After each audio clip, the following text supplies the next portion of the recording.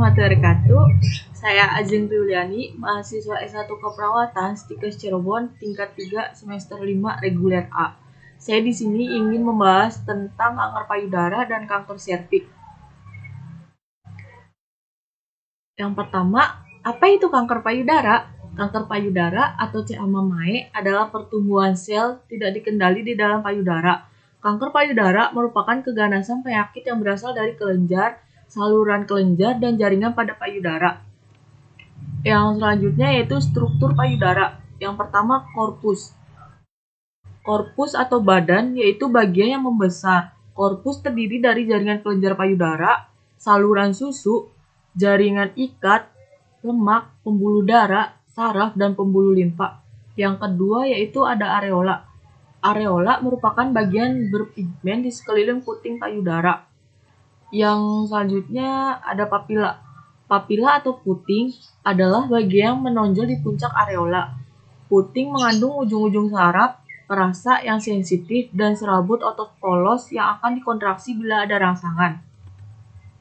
Yang selanjutnya yaitu ada etiologi dan faktor resiko kanker payudara. Yang A, umur. Resiko seseorang wanita terkena kanker payudara meningkat seiring bertambahnya usia. Lebih dari 80% kasus kanker payudara invasif ditemukan pada wanita berusia 50 tahun ke atas. Yang B, riwayat genetika. Sekitar 5-10% kanker payudara terjadi akibat adanya faktor genetik. Seseorang dicurigai mempunyai faktor predisposisi genetik apabila penderita menderita kanker payudara sewaktu berusia 40 tahun. Yang C, riwayat tumor. Wanita yang menderita tumor jinak memiliki resiko tinggi untuk menderita kanker payudara. Beberapa jenis tumor tersebut. Yang D, riwayat kanker payudara dari keluarga. Wanita yang ibu, saudara perempuan, atau anak perempuannya yang menderita kanker payudara memiliki resiko 3 kali lebih besar untuk menderita kanker payudara. Yang selanjutnya yaitu E, riwayat pribadi terkena kanker payudara. Wanita yang pernah menderita kanker payudara cenderung mengalami penyakit ini lagi suatu saat. Wanita yang terkena kanker payudara pada satu payudara memiliki 3-4 kali peningkatan risiko pengembangan kanker payudara. Yang selanjutnya yaitu F, usia di bawah 12 tahun. Usia di bawah 12 tahun meningkatkan risiko sebanyak 3 kali, sedangkan usia menopause di atas 55 tahun. Yang selanjutnya G, hormonal. Kelebihan estrogen endogen berperan penting. Estrogen merangsang pembentukan faktor pertumbuhan oleh sel epitel payudara normal dan oleh sel kanker. Yang selanjutnya yaitu H, faktor lingkungan. Wanita semasa kecilnya atau remajanya pernah mengalami terapi penyinaran pada dada, biasanya keganasan informal maupun non-Hodgkin. Risiko tinggi penderita kanker payudara. Selanjutnya yaitu I, gaya hidup. Hal-hal yang tergolong gaya hidup meliputi A, obesitas pasca menopause, B, tidak punya anak dan tidak menyusui, C, aktivitas fisik, D, kontrasepsi oral, E, konsumsi alkohol. Selanjutnya ada tanda dan gejala kanker payudara. 1. Munculnya benjolan pada payudara dan di bagian ketiak. 2. Perubahan pada puting susu yang dimana puting payudara secara spontan mengeluarkan cairan berwarna kuning kehijau-hijauan dan berupa nanah maupun darah. Yang ketiga, timbulnya kelainan pada kulit payudara, seperti kerutan-kerutan jeruk dan permukaan payudara terlihat memerah. Yang keempat, tanda dan kanker telah menyebar, munculnya pembesaran kelenjar getah bening, supraklavikula, dan terkait serviks, nyeri tulang, penumpukan cairan di sekitar paru-paru, batuk, dan sesak nafas. Selanjutnya, penata laksanaan kanker payudara. Tata laksana kanker payudara ditentukan oleh stadium serta tingkat perkembangan kanker. Penata laksanaan kanker payudara terdiri dari satu, pembedahan. Tindakan pembedahan biasanya dilakukan pada stadium awal dari pertumbuhannya kanker. Yang kedua, radioterapi. Radioterapi adalah pengobatan yang diterapkan pada pasien kanker payudara untuk membunuh dan menghancurkan sel kanker. Yang ketiga, kemoterapi. Kemoterapi merupakan terapi yang dimasukkan melalui intravena atau oral, sehingga obat dapat masuk ke dalam sistem tubuh penderita kanker payudara. Selanjutnya, deteksi dini kanker payudara.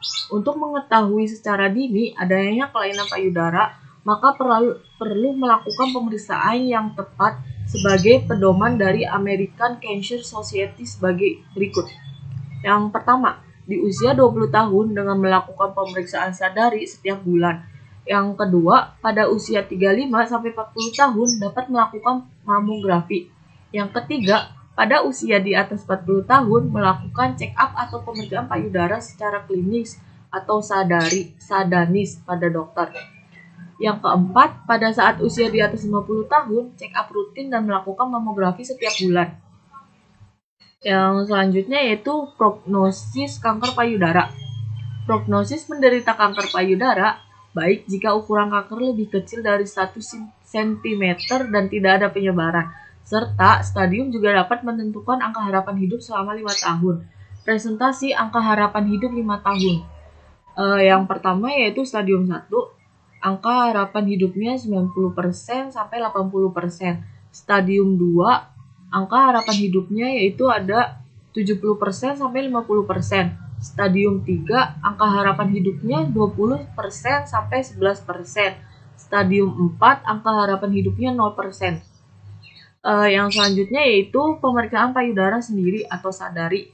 Pemeriksaan payudara sendiri atau sadari merupakan salah satu cara untuk mengetahui ada tidaknya kelainan pada payudara seorang wanita. Sadari sangat dianjurkan untuk melakukan pada wanita usia di atas 20 tahun. Sadari sangat baik dilakukan setelah hari ke-7 sampai ke-10 dari awal mula siklus menstruasi. Karena pada saat itu payudara dalam keadaan tidak keras, sehingga jika ada benjolan maka akan lebih mudah ditentukan. Sadari sebaiknya dilakukan secara teratur setiap bulan pada setiap wanita, baik wanita usia subur maupun pasca menopause. Ini adalah pemeriksaan sadari. Yang pertama, di depan cermin. Angkat tangan dan periksa apakah ada kemerahan atau bengkak di payudara. Yang kedua, letakkan tangan di pinggang dan periksa payudara seperti pada langkah pertama.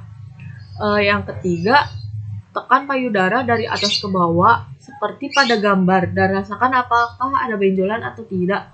Yang keempat, tekan payudara secara melingkar seperti pada gambar dan rasakan apakah ada benjolan atau tidak. Yang kelima, tekan payudara ke arah puting dan lihat apakah ada cairan yang keluar atau tidak. Yang keenam, dalam posisi berbaring.